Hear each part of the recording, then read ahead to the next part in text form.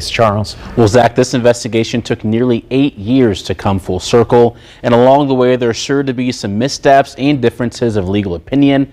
That's what Allen and his defense team are counting on, and what attorney Andrew Baldwin told Fox 59 coming out of the Carroll County Courthouse after his client was sentenced yesterday morning. Now, while Rich Allen begins his official journey into the Indiana Department of Corrections as a convicted killer, his two trial attorneys, Baldwin and Bradley Rozzi, will hand off their files to appellate attorneys whose job it will be to convince the Indiana Court of Appeals that Allen did not receive a fair trial for a variety of reasons. First, the appeals attorney may claim that there were mistakes made during the investigation, which the state has already admitted, like witness interviews that were erased or alibis that weren't fully run down. Expect Special Judge Fran Gold's administration of the case and the trial to be on the receiving end of the bulk of Allen's appeal.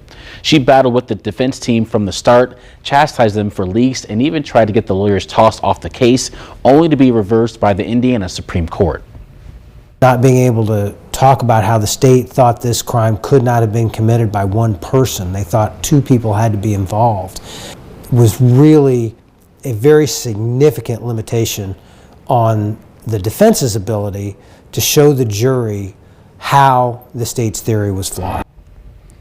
Whether the judge streamlined the presentation of evidence in this case to focus the jury on what was relevant, or steered the jurors to the only conclusion they could have reached with what she allowed them to know, will possibly be a significant argument by Allen's appeals team.